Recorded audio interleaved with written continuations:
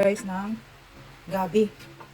Ito na guys, di ko na pinakita. So yung usual na routine lang naman ng sinigang, dinurog ko na yun yung ibang gabi dyan guys. At ito nilagyan ko siya ng, ano ba tawag dito, radish, labanos. Kalahating kilo lang naman to guys, kasi kaunti lang naman kami kakain. So ang ilalagay ko dyan guys ay ito, Diyan nga talbos guys, ng kamote. Ayoko kasi guys ng kangkong. dito ko na lang siya So, pinakuluan sa talbos ilalagay ko. pressure cooker. So yan, pinapakulo ko muna guys para maluto yung radish. Kukuha lang tayo guys ng asin. Lalagyan ko ng asin para lumasalasa na. Tapos takpan ko rin muna ulit para luto yung labanos. Kasi kakalagay ko lang guys. Saka na isusunod itong taka yung sili. So napakaganda guys na bumili ng gulay sa palengke. Kasi talagang mas makakamura ka. Ito nga guys, binili kong talbos ay nasa 15 pesos. Pero guys, dinagdagan pa ako ng 3 pirasong siling haba. So kung bibili tayo guys, dyan sa mga talipapa, ang mahal-mahal na, pati sili bibilin mo pa. So talagang bilang practical na namin guys, isipin din natin kung may panahon tayo, saglit tayo sa palengke para mas mura yung mabili natin guys. Sige, tayo natin kumulo at maluto yung labanos.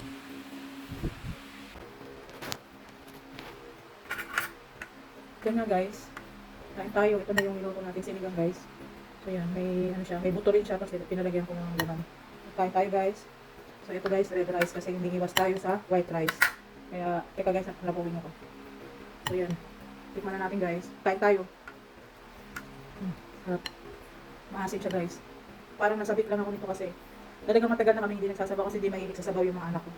Tapos guys, may gulay pa na talbos. So talagang swak. Kahit mainit yung panahon guys, magsigang tayo. Hindi tayo puro munggo ng Friday. Pwede naman din ibahin. Okay, pakilagay siya na lang yung aking Facebook page, Uragon Mama, saka yung YouTube channel ko na Denisa Pulido. Bye guys, God bless ating lahat. Happy eating.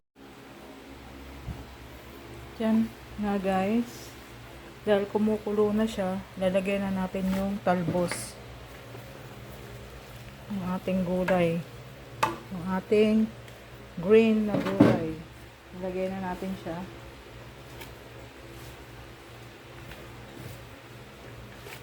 Para may mga gulay guys.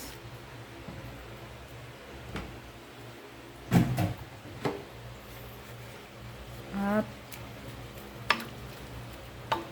haluin nga natin at para pumunta siya doon sa sabaw.